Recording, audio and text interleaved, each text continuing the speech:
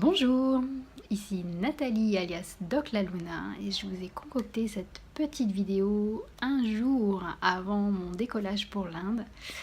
C'est une vidéo que j'ai créée spécialement pour les femmes qui ont vu les masterclass Sexy Smart Spirituel et qui se posent la question de est-ce que ce programme Sexy Smart Spirituel 9 lunes pour devenir l'artiste de votre santé est fait pour elles, sachant qu'elles sont pas loin de la ménopause ou qu'elles sont déjà ménopausées.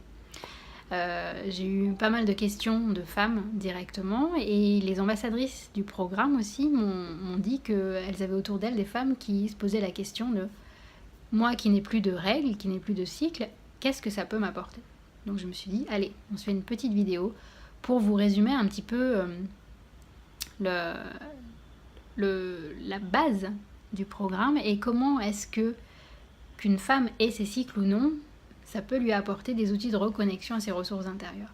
J'avais commencé à l'aborder dans le bonus 1, je ne sais pas si vous avez eu l'occasion de le voir, mais je commence par la question toute simple qui est, bon, si vous pensez que vous n'êtes pas cyclique, en tout cas que vous n'avez plus vos règles, est-ce que vous pensez que vous êtes linéaire? Et vous me répondez quoi à cette question? Si vous me dites, moi je sais que je suis linéaire, stable dans le temps et que rien ne me fait varier au niveau des humeurs, au niveau des émotions, au niveau de mon corps physique, ben ouais, j'aurais du mal à vous expliquer qu'est-ce que le programme peut vous apporter.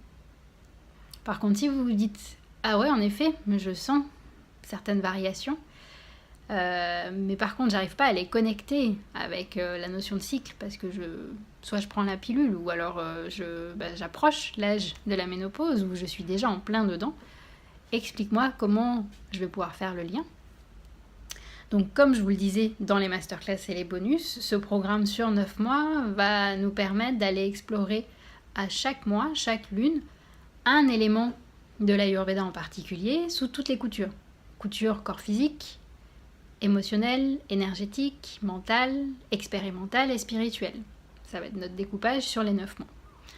La grille de lecture qui va faire le lien avec toutes ces explorations sur les 9 mois, c'est les mandalas lunaires que vous allez créer vous-même, avec une trame que vous allez pouvoir télécharger dans le programme, que j'ai eu la chance de faire par une des muses du programme, Angélique Guimet.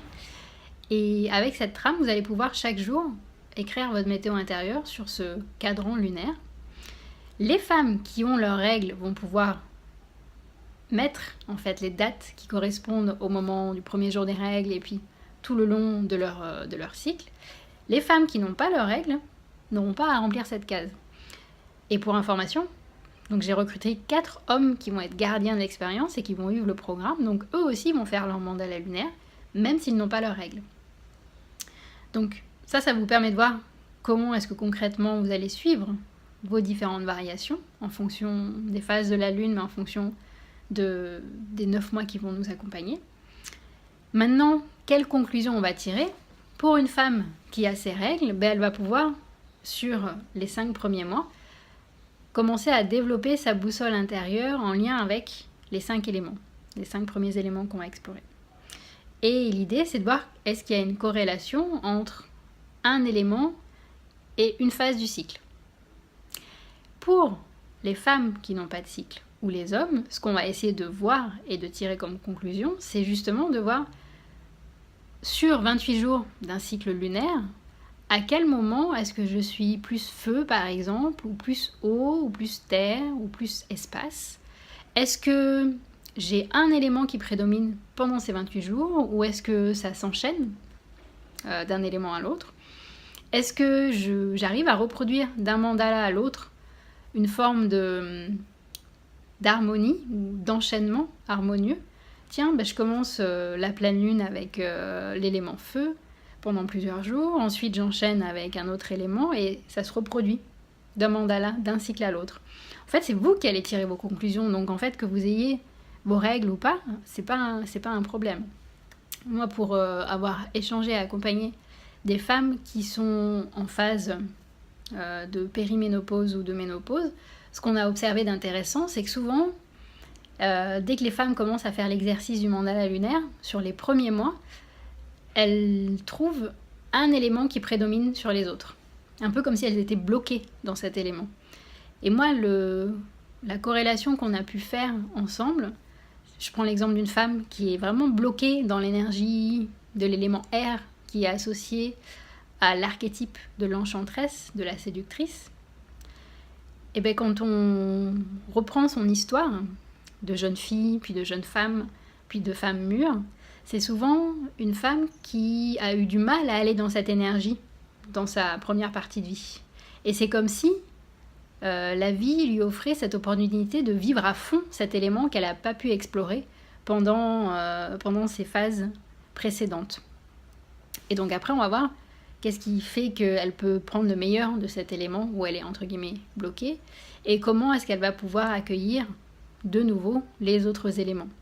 Parce que l'idée dans l'Ayurveda et dans la notion d'équilibre, c'est qu'au final, chacune puisse avoir accès à tous ces éléments de manière harmonieuse pour pouvoir vraiment être pleinement en contact de ses ressources intérieures. Je pense qu'on peut vraiment voir la ménopause comme un moment de la vie d'une femme où elle va pouvoir lâcher un peu avec les contraintes sociales, d'avoir un job, de s'occuper d'une famille, pour prendre le temps et l'espace d'aller explorer pleinement tous les talents qu'elle a envie d'offrir dans le monde. Et contrairement à cette vision qu'on peut avoir dans les médias d'une période de bouffée de chaleur, de souffrance, de remise en question, de sensation qu'on est déconnecté du rythme de la société, au contraire, pour moi, et je le vois beaucoup en Ayurveda et dans d'autres sagesses anciennes, l'âge de la ménopause, c'est vraiment une opportunité pour se connecter à sa puissance intérieure, profiter pleinement de tout ce que son corps, ses corps est prêt à nous offrir, et plutôt que de voir les signaux du corps comme des symptômes à effacer, c'est de les accueillir et de les intégrer dans notre histoire pour qu'ils puissent nous permettre de nous épanouir, d'avancer et de continuer à partager toutes les perles de sagesse que nous avons à partager, puisque l'âge de la ménopause, c'est l'entrée dans cette énergie de la femme sage, de la femme sorcière aussi, dans le sens de la femme connectée aux énergies, à la nature, à son intuition. Et dans les temps anciens, la femme sage, la femme sorcière, était celle qui conseillait toute la tribu, toute la communauté, que ce soit des conseils écologiques, de moisson et de bien-être de la communauté, mais aussi dans les conseils politiques, les conseils, tout ce qui a attrait au collectif et à l'individuel.